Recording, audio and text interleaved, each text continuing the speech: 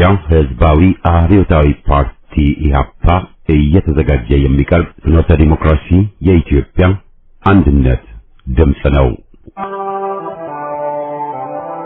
ጤና ይስጥልኝ። እንደምን አመሻችሁ አድማጮቻችን።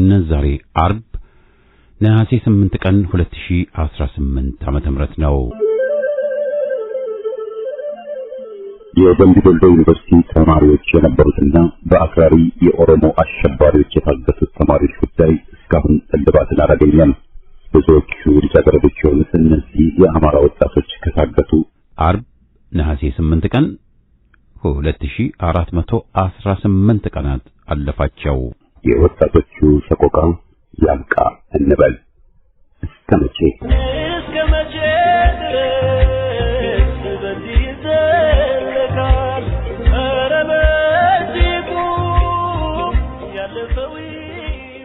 በየሳምንቱ አርብ ከአድማጮች የደረሱንን መልእክቶች የምናስተናግድበት የደብዳቤዎች አምድ ፕሮግራማችንን አሰምተን የዝግጅታችን ፍጻሜ ይሆናል። በቅድሚያ ዜና። ሰሞኑን ምስራቅ ወለጋ ዞን ጊዳ አያናና ሊሙ ገሊላ ወረዳዎች አዋሳኝ ቀበሌዎች ላይ በተደረገ ከፍ ያለ ጦርነት ጉዳት ያስተናገደው አሸባሪው ገዳ ልዩ ኮማንዶ የአማራ ንብረት የተባሉ የተዘሩ ሰብሎችን ሳይቀር አውድሞ ከሞት የተረፉት ወደ አንገርጉትን ከተማ ሸሽተው በመግባት ቤት ለቤት እየዞሩ ዝርፊያና ግድያን ባልታጠቁ ሰላማዊ አማራዎች ላይ አጠናክረው ቀጥለዋል። ይህ የሆነው አሸባሪው ገዳ ኮማንዶ ሰኞ ምስራቅ ወለጋ ዞን ጊዳ አያና ወረዳና ሆሮ ጉድሩ ወለጋ ዞን አቤ ዶንጎሮ ወረዳ ላይ በከፍተኛ ሁኔታ መመታቱንና ብዛት ያለው የነፍስ ወከፍ እና የቡድን መሳሪያ መማረኩን ተከትሎ ነው። በዚህ ዕለት ከጧት ጀምሮ የአንገርጉትን ከተማ ንጹሃን ከቤታቸው እየተለቀሙ ሲረሸኑ ብዙ የልብስ የጫማና የወርቅ ሱቆች በአሸባሪዎቹ ተዘርፈዋል። ሙሉ በሙሉ በአገዛዙ ቁጥጥር ስር ያለው አሸባሪው ገዳ ኮማንዶ ሆሮ ጉድሩ ወለጋ ዞን አቤ ዶንጎሮ ወረዳና ምስራቅ ወለጋ ዞን ጊዳ አያና ወረዳ ላይ በተመሳሳይ ሰዓት ተኩስ ለመክፈት ኃይሉን እያስጠጋ ይገኛልም ተብሏል። ዓለም አቀፉ የጋዜጠኞች መብት ተሟጋች ሲፒጄ አገዛዙ ባለስልጣኖች በሽብር የተከሰሱ 5 ጋዜጠኞችን በይቅርታ ከእስር ለመውጣት በአማራ ውስጥ በተፈጠረው ቀውስና ለጠፋው የሰው ሕይወት ይቅርታ እንዲጠይቁና ኃላፊነት እንዲወስዱ ግፊት እያደረጉ ነው በማለት ወቀሰ። ቡድኑ ጋዜጠኛ ጎበዜ ሲሳይ፣ መስከረም አበራ፣ ገነት አስማማው፣ ዳዊት በጋሻውና አባይ ዘውዱ ራሳቸውን ጥፋተኛ አድርገው የይቅርታ ደብዳቤ አንጽፍም ማለታቸውን ከጠበቃቸው እንደሰማም ጠቅሷል። ጋዜጠኞቹ ፍርድ ቤት ውስጥ የካዱትን የወንጀል ክስ አሁን እንዲያምኑ ያገዛዙ ባለስልጣኖች እያስፈራሯቸው ነው ያለው የቡድኑ የአፍሪካ ክፍል ኃላፊ ሙቶኪ ሙሞ ባለስልጣናት ጋዜጠኞቹን ከማዋረድና እጃቸውን ከመጠምዘዝ እንዲቆጠቡ ክሱን እንዲያነሱና ከእስር እንዲለቋቸው ጠይቋል። የሳውዲ አረቢያ ፖሊስ በወንጀል ድርጊት ሲሳተፉ ያስኳቸው ያለውን 9 ኢትዮጵያውያን አስሯል። ፖሊስ ኢትዮጵያውያኑን ጃዛን ግዛት ውስጥ በቁጥጥር ስር ያዋለው 200 ኪሎ ግራም ጫት ከውጭ ወደ አገር አስገብተዋል በማለት መሆኑን የሳውዲ ጋዜጦች ዘግበዋል። ሳውዲ አረቢያ አደንዛዥ እጽ አስገብተዋል ወይም አዘዋውረዋል በሚል ክስ በቅርብ ወራት ብቻ ከ17 በላይ ኢትዮጵያውያንን በሞት የቀጣች ሲሆን በርካቶች ደግሞ በእስር ይገኛሉ።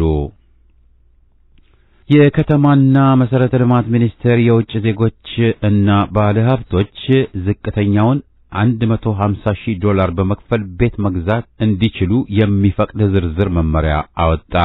መመሪያው የውጭ ዜጎች በአዲስ አበባና አካባቢው መኖሪያ ቤት ለመግዛት ማቅረብ ያለባቸው አነስተኛ የውጭ ምንዛሪ $150,000 እንዲሆን ያስቀመጠ ሲሆን እንደ አዳማ፣ አዋሳ፣ መቀሌ፣ ባህር ዳር፣ ጅጅጋና ድሬዳዋ ባሉ ከተሞች ደግሞ አነስተኛውን $120,000 አድርጎታል።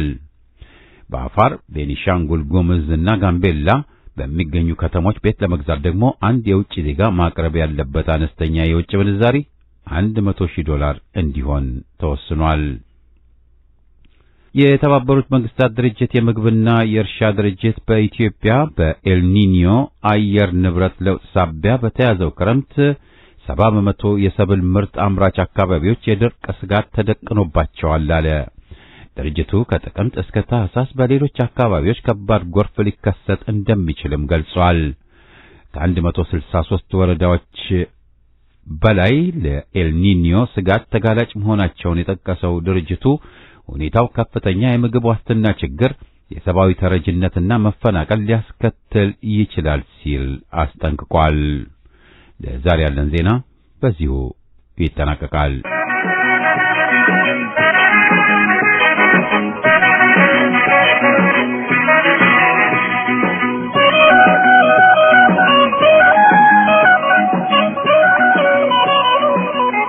ደብዳቤዎች አምድ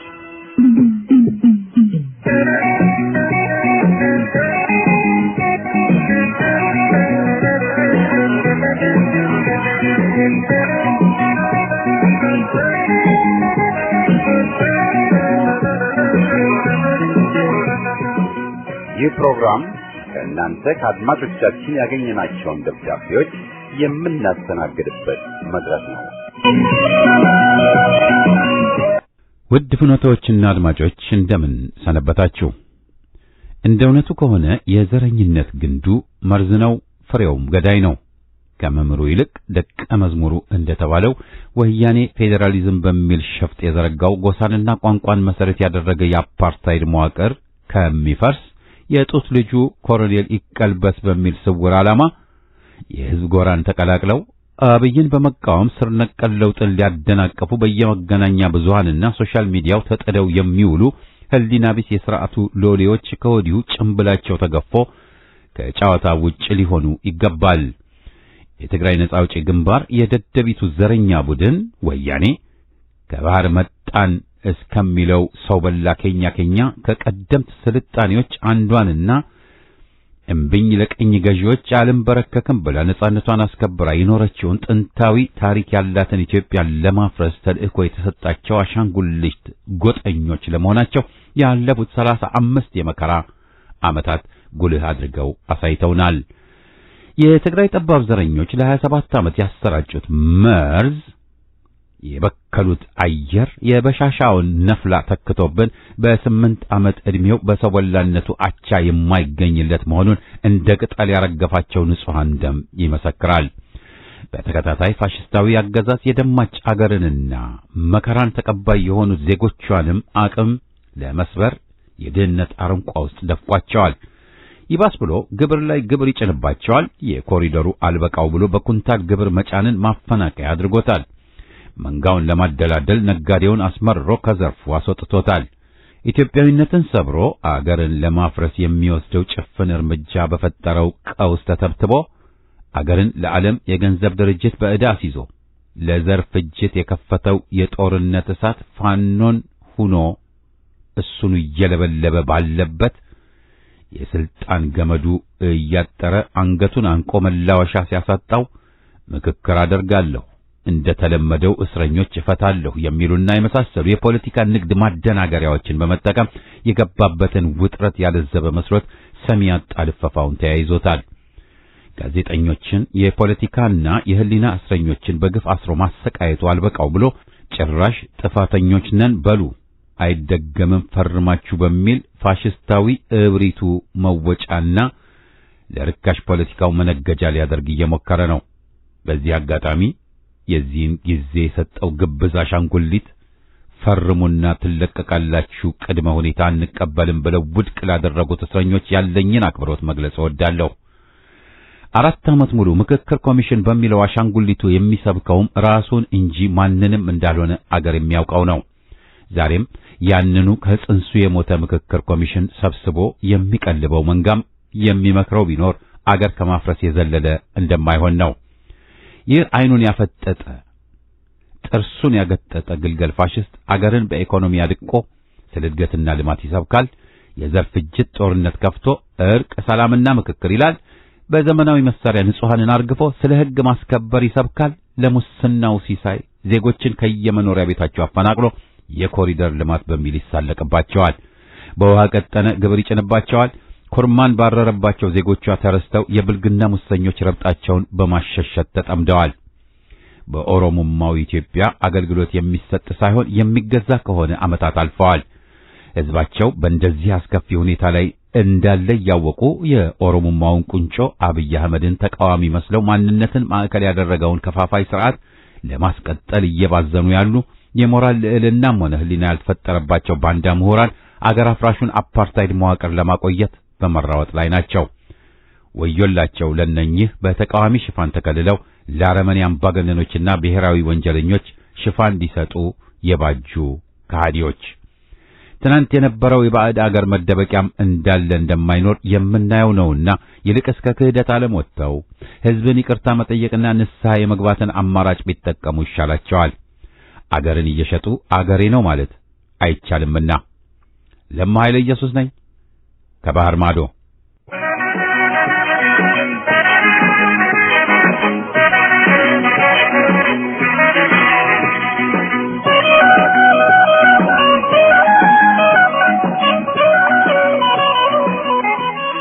የከበረ ሳምንታዊ ሰላምታዬ ለአዘጋጆቹና ለአድማጮቻችን አደርሳለሁ።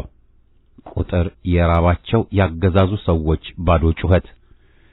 ከዚህ በፊት ስለ ዛፍ ተከላ መሰረታዊ እውነቶች የግብርና ዕውቀቴ የፈቀደልኝን ያህል በዚሁ የደብዳቤዎች አምድ ብዙ ብያለሁና አልደግመውም።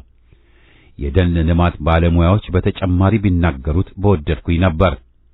ነገር ግን የፓርቲ ፖለቲከኞች አበክሮ ስለማይገባቸው ጉዳይ በቁጥር እያገዘፉ ሲናገሩ ስሰማ ደግሞ ያመኛል። ያገዛዙ የሰሞኑ የ800 ሚሊዮን ችግኝ በአንድ ጀንበር ተከላ ቡፋ የበዛበት ወሬ አምሶን ከረመ። ችግኞቹ ቢፈሉ እንኳ 800 ሚሊዮን ጉድጓዶች መቆፈር እንዳለባቸው ያስተዋሉትም አይመስልም። በምድር ላይ ነውና ችግኞቹ የሚተከሉት የሚሸፍኑት የመሬት ስፋት ልክ መገመት የቻሉም አይመስሉም። ብቻ ትልቅ የሰሩ ለማስመሰል የማይደርሱበትን ቁጥር መቆለል። እነሱን የራባቸው ቁጥር ብቻ ነውና ያው ይብሉት። በቁጥር ማግዘፍ አገር መገንባት ከቻሉ እሰየው፣ አረንጓዴ አሻራቸው ለዛሬ ይድመቅላቸው፣ ነገ ቢጫ ይሆናል። ማንኛችንም ስለሚተከሉት ችግኞች ለምን ተተከሉ ተብሎ የሚቃወም ያለ አይመስለኝም። ቀድመው በነበሩት አገዛዞችን በየዓመቱ በየተፋሰሶቹ ሲተከሉ ነበር። ገበሬዎች፣ ተማሪዎች፣ አስተማሪዎች፣ ወታደሮች፣ ሰራተኞች በየረድፉ ተሰልፈው በዛፍ ተከላ ቀን ይተክሉም ነበር። የጸደቁት ጸድቀዋል፣ ክትትል ያጡትም ደርቀዋል። እያንዳንዷ ችግኝ በችግኝ ማብቀያ ጣቢያዎች ሳለች የገንዘብ ወጪ ወጥቶባታል። የኛን ባላውቀውም የሰለጠኑት አገሮች አንዷ ችግኝ ዋጋዋ ተተምኖ ይታወቃል። ዋጋቸው ከፍ ያለ ነው። ችግኝ ጣቢያዎች ባለ ቢሊዮን ዶላር ቢዝነስ ናቸው። የኛዎቹ ቢሊዮን ችግኞች ስንት ገንዘብ ወጪ አስወጥተው ይሆን?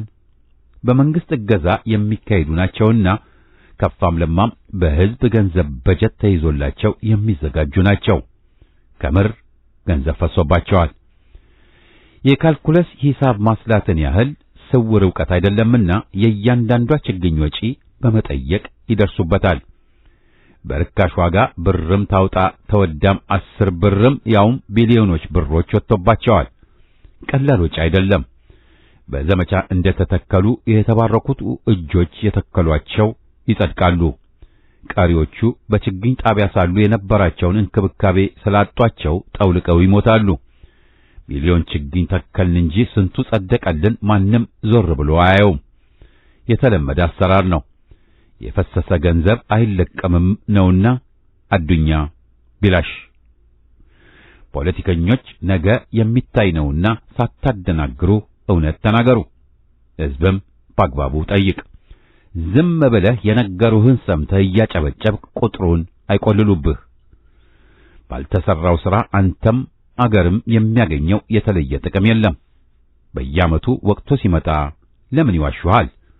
ለማታየውና ላልተረጋገጠው የአረንጓዴ አሻራ ዘመቻ ወሬ አጃቢነትህ እስከ መቼ እንደዚህ ትቀጥል? ሰለሞን ታምሮ አየለ ነኝ ካለሁበት።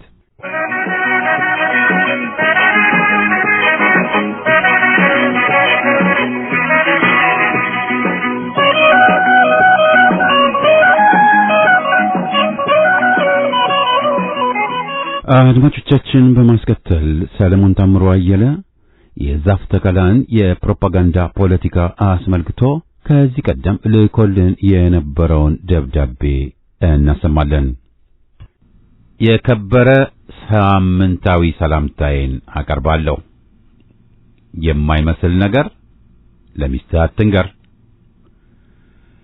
አገሮች በመላው ዜጎቻቸው በተፈጥሮ ሀብት ጥበቃ ላይ ያላቸውን ተሳትፎ ለማጠናከር አካባቢያቸውን ለመንከባከብ በየዓመቱ በችግኝ ማፍያ ጣቢያዎች በቅለው ለተከላ የተዘጋጁ የዛፍ ችግኞችን በዘመቻ ይተክላሉ። ዕለቱ ለማህበረሰቡ ጥሩ ግንዛቤ መስጫና ለመጪውም ዓለም የተስፋ ማንጸባረቂያ ተደርጎም ይታሰባል። ይህም ቀን አርበር ዴይ በመባል ይጠራል። በአማርኛችን ደግሞ የዛፍ ተከላ ቀን ተብሎ ይሰየማል። የችግኝ ተከላው ዕለቱና ለምን ያህል ቀኖች ይቀጥላል እንደያገሩ አየር ንብረት ይወሰናል። ጠቀሜታ አለው። አፈር ከመከላት ይድናል። ድርቅ እንዳይከሰትና አየር ንብረት እንዳይዛባም ይጠብቃል። የዱር እንስሳትና አዋፋትም መኖሪያቸው ይከበራል።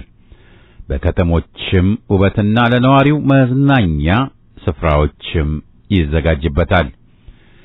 ይህ የዛፍ ተከላ ልዩ ቀን በተባበሩት የአሜሪካ በኔብራስካ ግዛት በአፕሪል 10 ቀን 1872 ተጀመረ።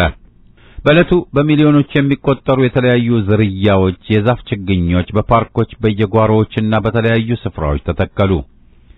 ወደኛ ታሪክ ስንመጣ ደግሞ ስለ ደን ልማትና ጥበቃ አስፈላጊነት ቀዳማዊ ኃይለ ሥላሴ ለሕዝብ ንግግር ካደረጉበት ከጁላይ 1958 በይፋ ተጀመረ። በእኛ ሐምሌ 11 ቀን 1950 መሆኑ ነው። ዛፍ መትከል ባህላችን ከሆነ ከራርመናል። የደንና ዱር አራዊት ጥበቃ በግብርና ሚኒስቴር የተፈጥሮ ሀብት ጥበቃና ልማት የተለያዩ መንግስታዊና መንግስታዊ ባልሆኑ ድርጅቶች በተቋቋሙ የችግኝ ማፍያ ጣቢያዎች የተዘጋጁትና የቀረቡት ችግኞች ቀደም ሲል በተቆፈሩ ጉድጓዶች ክረምቱ ግም ካለበት ሳምንታት ጀምሮ ካለማቋረጥ በየተመረጡ ተፋሰሶችና በከተሞችና ዛፍን ተክለው መንከባከብ በሚወዱ ዜጎች መኖሪያ ጓሮዎችና ማሳዎች በንፋስ ለም አፈራቸው ተጠርጎ እንዳይሄድም ለመከላከል በየማሳዎች ዳርዳርም ሲተከሉ ከርመዋል። ቋሚ ተክሎች ተብለው የተሰየሙት ልዩ ልዩ የፍራፍሬ ተክሎች ቡናና ቅጠላቸውና ለስላሳ ቅርንጫፋቸው ለእንስሳት መኖነት የሚያገለግሉ ዛፎች ይተከላሉ። ይህንን ማለቴ መላው የኢትዮጵያ ሕዝብ ለጉዳዩ አዲስ አይደለም፣ የተለመደ ተግባር ነው። ከተከላው አስቀድሞ ስፋታቸውና ጥልቀታቸው ተቀባይነት ያላቸው ጉድጓዶች ይዘጋጃሉ። እንደ ተከላው ቀላል ስራ ተደርጎም መወሰድ የለበትም። አንድ ሰው ጉልበቱንና ክህሎቱን መገልገያ መሳሪያዎቹን ብቃት ጨምሮ በቀን ስንት ጉድጓድ ማዘጋጀት ይችላል ተብሎ ጭንቅላት መጠየቅ አለበት። የጉድጓዱ ብዛት ይተከላል ተብሎ ከሚታሰበው ችግኝ ቢያንስ እኩል መምጣት አለበት። እንዲያው የጉድጓዱ ዝግጅትማ 3-4 ወር ሆነ 5-6 ወሮች ዝግጅታቸው ቀደም ብሎ ይጀመር ብንል እናስብና ዝግጁ የማድረግ አቅማችንን ከፍ አድርገን ብንገምት የት ድረስ ልንዘጋጅ እንችላለን? በተለይ ችግኞቹ በፕላስቲክ በተጠቀጠቁ አፈር ውስጥ በቅለው የሚዘጋጁ ከሆነ ቀላል ሥራ አይደለምና ምን ያህል የእጅ ሥራ እንደሚያስፈልገው እናንተው አስቡት። ሌላው ሊታሰብበት የሚገባው ደግሞ ለዕለቱ ተከላ የሚዘጋጀው መስክ ላይ ችግኞቹ የሚተከሉበት ርቀት ጉዳይ ነው። አብዛኛውን ጊዜ በችግኞቹ መሃል ያለው ርቀትና በረድፎቹ መሃል መኖር የሚገባው ርቀት ተቀባይነት ያለው መሆን ይጠበቅበታል። ይሄም በዛፎቹ የተሸፈነውን የመሬት ልክ ያሳውቀናል። በዚህ ቀመር እሳቤ መሰረት ይመስላል የዛፎች መጠን ይሆናል የመሬት ስፋት በሄክታር ሲካፈል በዛፎች መሃል ያለው ርቀት በሜትር ሲባዛ በረድፍ መሃል ያለው ርቀት በሜትር። በአገራችን ደን ልማት መመሪያ መሰረት ጉድጓዶች ሲዘጋጁ 2 ሜትር በ2 ሜትር ርቀት ይታሰባሉ። በዚሁ መሰረት የአብይ አገዛዝ በአረንጓዴው አሻራ ግሪን ሌጋሲ እያለ በሚጠራው ዘንድሮ 8 ቢሊዮን ችግኝ እተክላለሁ ብሎ ከልክ በላይ ሲቀደድ እውነት መስሎን እናጨበጭባለን። ሐቁ ግን ሲታሰብ ይህ ከዚህ በታች በዝርዝር የምንገልጸው እውነታ ነው። ቁጥርን ለሐሰተኛ ወሬያቸው ማሰራጫ መጫወቻ ማድረጋቸው እጅጉን ተአማኒነት የሌለው የሚያሳፍር ምግባራቸው ነው። በቀመሩ መሰረት ሲሰላ 8 ቢሊዮን ችግኞች ሊሸፍኑት የሚችሉት የመሬት ስፋት በሄክታር ወደ 3 ሚሊዮን 200 ሺህ ይደርሳል። 1 ሄክታር ማለት 100 ሜትር ቁመትና 100 ሜትር ወርድ ያለው መሬት ነው። በለመደው አይናችን አንድ የእግር ኳስ መጫወቻ ሜዳን ስፋት አስመስለን በአይነ ህሊናችን እንስራና 3 ሚሊዮን 200 ሺህ ሄክታሩን እናስብ።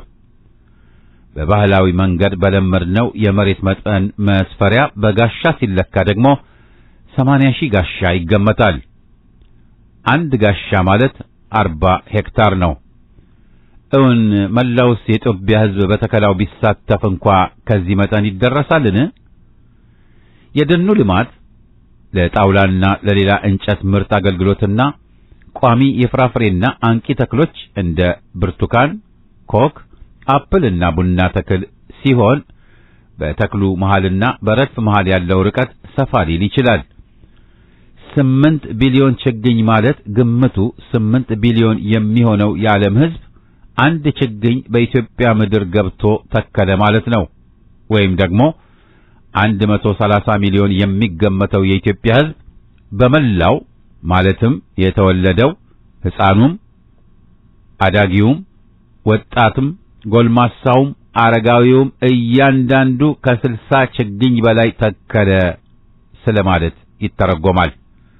በግብር ሲታይ ግን በዚህ ችግኝ ተከላ ምን ያህሉ እጅ ሕዝብ ከየትኛው ዕድሜ ጾታና የሥራ ድርሻ ሊሳተፍ ይችላል?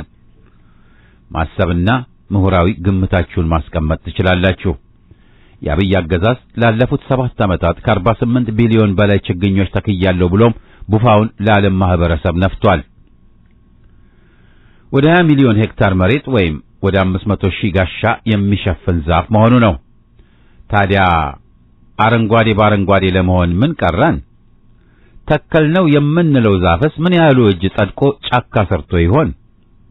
እግዚአብሔር ይወቀው እንጂ ከተተከለ በኋላ ተገቢውን እንክብካቤ አግኝቶ ስለመጽደቁ ያየው አካል የለም።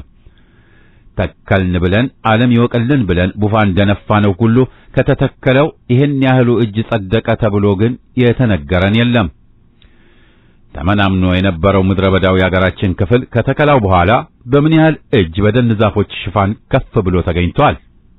ምላሽ የሚሻ ጥያቄ ነው። በዘመቻ ሥራ የትም እንዳልደረስ ያለፉት 50 ዓመታት በየዘርፉ የዘመትንባቸው ጉዳዮች ከአጥጋቢ ውጤት እንዳልደረሱ የነበርነውና የምናውቀው እናውቀዋለን። ተከልን ብለን ካወራን ሰደቀልን ብሎ ማለቱ ምን አሳፈረን? እውነቱን ብናወራ እንቆመጥ ይሆን?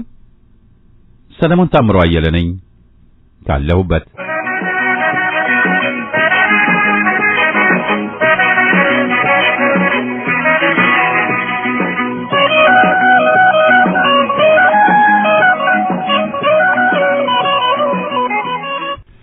ይድረስ ለፍኖተ ዴሞክራሲ የኢትዮጵያ አንድነት ድምፅ ሬዲዮ አዘጋጆችና አድማጮች በሙሉ እንደምን ሰንብታችኋል? ዘረኝነት ወንጀል ነው።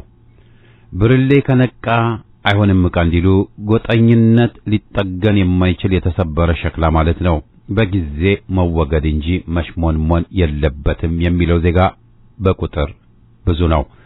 እውነት ነው። በዘረኝነት በጎጠኝነትና በጎሳ ፖለቲካ ቫይረስ የተለከፉ ግለሰቦችም ሆኑ ድርጅቶች ከሰው ተራ የወረዱ የዱር አውሬዎች ናቸው የሚባለው። አሁንም ከእርቀ ሰላም ስም ከነኛ አረመኔዎች ጋር አብረን እንስራ የሚሉ ሁሉ በተመሳሳይ ቁና መሰፈር ነው ያለባቸው ብዬ አምናለሁ። ዘረኞች ወደ ስልጣን ከመጡና የክልል ፌዴሬሽን በአገራችን ከተቋቋመ ጊዜ ጀምሮ አገራችን ኢትዮጵያ እየታመሰችና ሕዝባችንን በሰፊው እየተናጋና ሰላም አጥቶ እየተሰቃየ ነው ያለው። በወያኔና በኦነግ አካል አምሳል የተሰራው የክልል ጥብቆ በኢትዮጵያዊና በኢትዮጵያዊነት ልክ የተሰራ ባለመሆኑ በራሱ እየፈነዳና እየተቀደደ ያለቀ ጨርቅ መሆኑንም በግልጽ እያየነው የቀጠለ ክስተት ነው። ለዚህ ምክንያቱ ሌላ ሳይሆን የኢትዮጵያ ሕዝብ ያልተቀበለው ኋላ ቀር ስርዓት ስለሆነ ነው። ይህ ዕዳ ደግሞ ለጠባብ ብሔረተኛም ከፍለው የማይጨርሱት የታሪክ ዕዳ መሆኑን በግልጽ እያየን ነው። ሲቀጥልም ዘረኝነትና የጎሳ ፖለቲካ በሞራልም ሆነ በግብረ ገብነት፣ በስነ መለኮትም ሆነ በስነ መንግስት፣ በአመክንዮም ሆነ በምክንያታዊነት በማንኛውም መስፈርት ቢለካ ዘረኝነት መጥፎና የነውረኞች ሁሉ ነውረኛ የሆነ የጨለማ ጉዞ ነው። ለምሳሌ የዛሬን አያድርገውና በአገራችን ታሪክ ውስጥ የኢትዮጵያ ሕዝብ የሚታወቀው መንግስትን፣ ሕግንና የመንግስት ባለስልጣናትን ሲያከብርና ሲፈራ ነበር። ዛሬ ግን ሰውን ያህል ትልቅ ፍጡር በዘር በጎጥና በቋንቋ የሚያሰሉና የሚከፋፍሉ ጎጠኞች በመምጣታቸው ሕዝቡ መንግስት፣ ሕግና የመንግስት ባለስልጣን እንደድሮ ከማይቀበል ደረጃ መድረሱን እያየን ነው። ምክንያቱም ዛሬ በአገራችን መንግስት የሚባል ነገር አንድ ወጥና አንድ ማዕከል ያለው ብሔራዊ መንግስት ሳይሆን በየጎጡና በየስርቻው መንግስት ነኝ የሚል ጎጠኛ ስለፈላ ነው። ክልሎች በሙሉ ባንዲራ አላቸው። እንደ አሸን የፈላው ክልል በሙሉ መንግስት ብሎ ራሱን ይጠራል። በአንድ አገር አንድ ማዕከል ያለው ህዝባዊና ጠንካራ ብሔራዊ መንግስት መኖር ሲገባው ዛሬ ያ ሁሉ ቀርቶ በየወንዙ ይህ የኔ ወሰን ነው፣ ከዚህ ወሰን ካለፍ ወዮልህ በሚል የጎጥ መንፈስ የሚለፈልፍ ውሻ መሰል ጎጠኛ እየተጠባበቀ የሚገኝበት አገር ውስጥ ነው ያለ ነው። በሕግ አምላክ ሲባል መንግስት ሲባል ይፈራ የነበረው ቀርቶ አሁን ግን ክብርና ሞገሱን አጥቶ የክልል መንግስት ተብሎና ክብረ ወሰኑን ተነፍቆ ተቀምጧል። ክልሉ ሁሉ መንግስት ነው፣ ክፍለ ሀገሩ ሁሉ ብሔራዊ መዝሙር አለው። ጠባብ ብሔረተኞች በቋንቋና በነገድ ላይ መብትና ስልጣን አላቸው፣ ወዘተ ወዘተ። እናም ጎሰኞች በአገራችን ላይ መብትና ስልጣን ከተሰጣቸው ጊዜ ጀምሮ ያገኘነው ነገር ቢኖር በዘር በጎሳ የምንባላበትን ርዕዮተ ዓለምና በቄ በመንደር በባንዲራና በቋንቋ ተከፋፍለን መናቆርን ብቻ ነው። ማዕከላዊነት ጠፍቶ ሁሉ አውሪ፣ ሁሉ አቃጅ፣ ሁሉ ፖሊሲ ነዳፊ አውጪ፣ ሁሉ አድራጊ ፈጣሪ የሆነበት የጎግ ማንጎግ ዘመን ላይ ደርሰናል። ጠባብ ብሔረተኞች ቁም ነገር ለመስራትና ህዝብን በስነ ስርዓት ለማስተዳደር ይችሉ ዘንድ አምላክ ችሎታ የሌላቸውና ጥበብ የነሳቸው ጉዶች በመሆናቸው በሰው ፊት ግርማ ሞገስ የሌላቸውና ስለሌላቸውም አንዱን ባንዱ እያስነሱና እያባሉ መስረቅ፣ መቀማት፣ የድሃን ንብረት መንጠቅ፣ ማፍረስ፣ ለነገ የሚቆየውን ሀብት ማጥፋት ባህሪያቸው ነው ብሎ የሚያምነው ወገን በጣም በጣም ብዙ ነው። ስለሆነም ሁከት በኢትዮጵያ ነግሶ ህዝባችንን እያተራመሰው የሚገኘው ጥላሪስ ጠባብ ብሔረተኞች በአገራችን ውስጥ እንደ አሸን ስለፈሉ ነው። ይህ ሁሉ እንደዚያ የሆነው ጠባብ ብሔረተኞች ዘረኝነት ወደ ተባለው የጨለማ ዘመን ስለወሰዱንም ነው። ይህን የጨለማ ዘመን የሚያንጸባርቀውን የፍልስፍና ጣዖት ውስጥ ገብተን እንድንዳክርና መከራችን እንዲበዛ ያደረገንን የዘረኝነትን ዱዬ ማውገዝ ብቻ ሳይሆን ማስወገድ ይኖርብናል ባይ ነኝ። እንደ አገር ቋንቋችንም መግባቢያችንም አርጅቶ የምንግባባበት ሌላ ቋንቋ መፍጠሩ አቅቶን እንድንበተን ነው የተፈረደብን ማለት ይቻላል። ጠባብ ብሔረተኝነት ይውደም፣ ኢትዮጵያዊነት ያሸንፋል። ጉዱ ካሳ ነኝ ከባህር ዳር ጎጃም።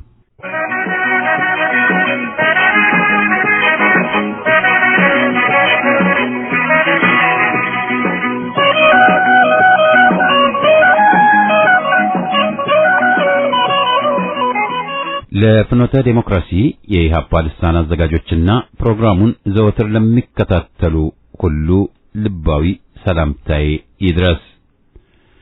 በአገራቸው የሥራ ዕድልም ሆነ ሰላምን አጥተው ራሳቸውንም ሆነ ቤተሰቦቻቸውን ደግፈው መኖር ባለመቻላቸው በረሃና ውሃ የበላቸው በባዕድ አገር ውርደትና እንግልት የሚደርስባቸው የኢትዮጵያውያን ስደተኞች ብዛት ቤቱ ይቁጠረው። በተመሳሳይ አሳዛኝ ሁኔታ ባለፈው እሁድ በስደት ጉዞ ላይ እያሉ ኢትዮጵያውያን ባህር ላይ ሰምጠው ለቀሩ ወገኖቻችን የተሰማኝን ጥልቅ ሐዘን እየገለጽኩ ለቤተሰቦቻቸው መጽናናትን እመኛለሁ። ተከታታይ ጸረ ሕዝብ፣ ጸረ ኢትዮጵያ አረመኔ አገዛዞች ባደቀቋት አገር የዜግነትም መብትም ሆነ በሕይወት የመኖር ዋስትና የለም። አገርንም ሕግ አልባ ስርዓት አልባ አድርገዋታል። ነዋሪዎቿን ከውስጥ ያፈናቅላሉ። በአገር ተከብሮ መኖርን አሳጥተው ለስደት ይዳርጋሉ። እነሆ ስንትና ስንት ወገኖቻችን አገር እንደሌላቸው ከቤት ወጥተው በረሃና ውቅያኖስ ላይ ይቀራሉ። ሕሊና በነሳቸውና ከነጭ ሌላ አያሳየን በሚሉ ዘረኞች ምድር ተንገላተዋል። በአንድ አስከፊ የታሪክ አጋጣሚ ራሳቸውን አዋርደው አገርን የሚያዋርዱ አረመኔ አምባገነኖች አንድም በነፍጥ እንዲያም ሲል በሸፍጥ በትረ መንግስት ይዘው በከፈቱላቸው ገብተው ባዕዳን በኢትዮጵያ ጉዳይ አዛዥ ናዛዥ ለመሆን በቅተዋል። ወያኔ የዘረጋውን ዘረኛ ስርዓት በስቴሮይድ እያስኬደ ያለው የበሻሻው ኮሎኔል አብይ አህመድ አሊ ለኦሮሞማው መንጋ ብቻ ሳይሆን የዚህ ብሔራዊ ውርደትም ቁንጮ ሆኖ የተሰየመብን ነው። በአንድ የመዋኛ ቦታ በተዘረጋ ጠረጴዛ የጌቶቹ ኤሚሬቶች ራት ግብዣ ላይ ኢትዮጵያ ለአጋሮቿ ለአረቦችና ምዕራባውያን ማለቱ ነው ጠቃሚ እንደሆነች ሲገልጽ ለጦርነት ልጆቻቸውን መላክ የለባቸውም፣ ኢትዮጵያ ወታደር ታቀርብላቸዋለች፣ ኢትዮጵያውያን ጎበዝ ተዋጊዎች ናቸው፣ እንደናንተ በዚህ የሚመጣ ችግር የለም ማለቱን ከብዙ ለሀገርም ሆነ ለዜጎቿ አሳፋሪነቱን ካሳየባቸው አጋጣሚዎች አንዱን እንደ ምሳሌ ለመጥቀስ ያህል ነው። አንጡራ ሀብቷንና አገራዊ ሉዓላዊነትን ብቻ ሳይሆን ዜጎቿንም ለሽያጭ እንደሚያቀርብ ቃል መግባቱን ያሳያል። የኢትዮጵያውያኑን ይቅርና እነዚህ ክፍሎች እንዲህ ራሱን አቅሎ አገርን የሚያቀል ትንሽ ሰው መሆኑን ሊታዘቡ እንደሚችሉ መገመት ይቻላል። የዜጎቿን ልዕልናም ሆነ ዳር ድንበሯን ያስደፈሩት ወያኔና ትውልደ ወያኔው አብይ አህመድ ወትሮም ቢሆን ከዚህ የተለየ ባህሪ ይኖራቸዋል ተብሎ አይጠበቅም። ማን ቢወልድ ማን ሆነና ግልገሉ አምባገነን ልክ ከአንድ ጸረ ኢትዮጵያ ሳይንሳዊ ምርምር ተሰርቶ የተለቀቀ ሮቦት በሚመስል ሁኔታ አገሪቱንና ዜጎቿን የሚያደማበትን ጉልበት ሁሉ ተጠቅሟል። ጦርነት፣ ግድያ፣ ረሃብና እገታም አይነተኛ መገለጫዎቹ ሆነዋል። የአብይ አህመድ አሊ አረመኔ አገዛዝ ባዕዳን ጌቶቹን ተማምኖ በአጭር ጊዜ ውስጥ በአገርና ዜጎቿ ላይ የፈጸመው ወንጀል ለነዋሪው ይቅርና ከሩቅ ለሚታዘቡትም የሚዘገንን ነው። በአማራው ላይ በሚያካሂደው ፋሽስታዊ የዘር ፍጅትም የብአዴን ዝርያዎች እንዳሉ መሳሪያው ናቸው።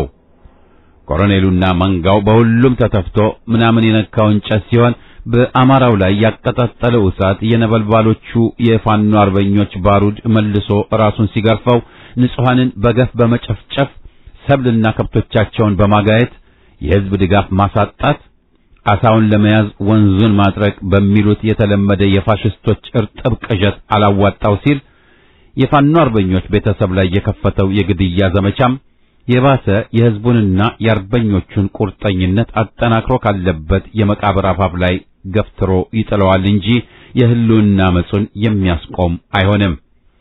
የፋኖ አርበኞች ያላቸው ግን የግልገል አምባገነኑ ስልጣን አስጠባቂ ቅጥር ጀነራል ተብዬዎች እነ ብርሃኑ ጆላ ሊኖራቸው የማይችለው ትልቁ መሳሪያ ሙሉ ልብ አላቸው፣ ሞራሉ አላቸው፣ በቂ ሰብዕና አላቸው። በዘር ጥላቻ የነሆለለ መንጋ እነዚህ ጸጋዎችን ሊታደል አይቻለውምና በተለይ በአማራው ላይ በኢትዮጵያ ሕዝብ በአጠቃላይ የሚፈጸመው የግፍ ጽዋ ሞልቶ ፈሷልና በአረመኔው አገዛዝ ላይ የተነሳው የትጥቅ አመጹም ሆነ ህዝባዊ እምቢተኝነት በዛው ልክ እየገፋ በመሄዱ ግልገሉ አምባገነን የሚይዝ የሚጨብጠው እንደጠፋው ከእይታ የተሰወረ አይደለም። በመሆኑም አገራችን በአንድ ታማሚ ኮሎኔል የተያዘ ቤተ መንግስትና የተደራጀ አሸባሪ ቡድን እንጂ መንግስት የላትም። ታማሚነቱና የማያባራ ምላሱ ተባብረውበት ህዝብን ከመዝለፍም አልፎ የማይለው የለምና ስልጣን በመለቅበት ጊዜ 100% እርግጠኛ ነኝ በሚሊዮን የሚቆጠሩ ኢትዮጵያውያን ያለቅሳሉ ብሎናል። ከፍሎ የማስጨብጨብን ያክል ሚሊዮንን አቀሎታል። መሳቁንም ሆነ ማልቀሱን እንተወውና የሚሊዮኖቹን ባላውቅም መቼም አገራችን ጥቂት ማፈሪያዎችን አታጣምና ለጡት አባቱ መለስ ጥቁር ለብሰው ያለቀሱ ለሱም አያለቅሱም ማለት አይቻልም። ሆኖም ቁም ነገሩ አገር በምን አይነት አእምሮ የተዛባ ዘረኛ እጅ እንደወደቀች ሲታሰብ ከፊታችን የተጋረጠውን የህልውና አደጋ ፍንትው አድርጎ የሚያሳይ ነው። የሚበላው ኩርማን እንጀራ፣ የሚጠጣው ንጹህ ውሃና ሲያሰኘው ለሳምንት የሚጠፋ አለዚያም ብልጭ ድርግም በሚል መብራት የሚሰቃየው ኑሮ የዛፍ ላይ እንቅልፍ በሆነበት የአዲስ አበባ ነዋሪ ላይ ያልተጫነበት የግብር አይነት ቢኖር ለሚተነፍሰው አየር ብቻ ነው ማለት ይቻላል።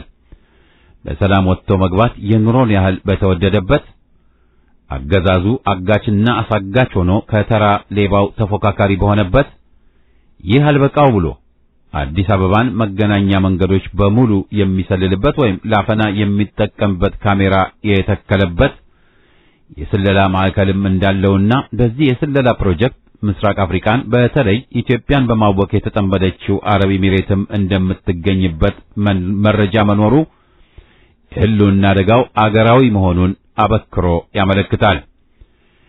የቀድሞው የአሜሪካ ልዩ መልእክተኛ ኢትዮጵያ ውስጥ ግድግዳውም ጆሮ እንዳለው የኢትዮጵያ ሕዝብ ያውቃል ብሎ እንደነበር ያስታውሰናል። ከዚህ በተጨማሪ በእንቅርት ላይ ጆሮ ደግፍ እንዲሉ የአረብ ኤሚሬትስ መሳሪያ ማረገፊያ ከማድረጉም ሌላ የቻይናና የምዕራቡ ዓለም ብድር ተቆልሎ አገርን ቀብድ እያስያዘ ነው። ኢትዮጵያና ሕዝቧ ጠል የሆነው ግልገል አምባገነን ለዓለም አቀፍ የገንዘብ ድርጅትና መሰል ተቋማት ጋር የገባው ስምምነት ወይም የዕዳ ባርነት ሕዝቡን ከፋይ አድርጎታል። ሰብአዊ መብቱን ገፎታል። የሚላስ የሚቀመስም አሳጥቶታል። ከ20 ሚሊዮን በላይ ዜጎቿ አስቸኳይ የምግብ እርዳታ ፈላጊ ሆነውባታል። ሀገራችንን እንዲህ እያሰመጣት ባለበት በሱ መንግስት በኢትዮጵያ ታሪክ ታይቶ የማይታወቅ ለውጥ ያመጣ መሆኑን የኮሪደር ልማቱን ዓለም እየመሰከረለት መሆኑን ይነግረናል። 86 ሚሊዮኖቹ በድህነት የሚኖሩባትን ኢትዮጵያ መፍጠሩን ከሆነ በኢትዮጵያ ታሪክ የማይታወቅ ለውጥ አመጣው የሚለን በተስማማን ነበር። ሆኖም አንድ ኮሎኔሉን በቅርበት ያጠና የጀርመን ጋዜጣ የማግሎሚኒያ ታማሚ ነው እንዳለው ኮሎኔሉን ይበልጥ የህልውና አደጋ መሆኑን አመላካች ነው። በመሆኑም መፍትሄው እኔ እንደሚመስለኝ ህዝብን ለመከራ በመዳረግ አገርን በማዋረድ የሚረካ ዘረኛና ነውረኛ ግልገል አምባገነን እስከ በቀለበት ስርዓት በስር ነቀል ለውጥ ጠራርገን በማስወገድ ኢትዮጵያውያንን ያሳተፈ የሽግግር ሂደት በአፋጣኝ መጀመር፣ የህዝብ ሙሉ ነጻነት ተከብሮ ይሁንታውን ያገኘ የገማ የገለማ የዘረኝነት መቃብር ላይ እውነተኛ ዴሞክራሲያዊ ስርዓት መገንባት ይሆናል። የአገርና የዜጎቿ ሉዓላዊነትም የሚመለሰው ይህን በማድረግ ብቻ ነው። ይህችን አስተያየት ለአድማጮች እንዳካፈል እድሉን ለሰጠኝ የፍኖተ ዴሞክራሲ የኢህአፓ ልሳን የደብዳቤዎች አምድ ምስጋናዬን በማቅረብ ልሰናበታችሁ። ቸር ይግጠመን። ስንታየው ባንቲርጎ ነኝ ከሳን አንቶኒዮ ቴክሳስ አሜሪካ።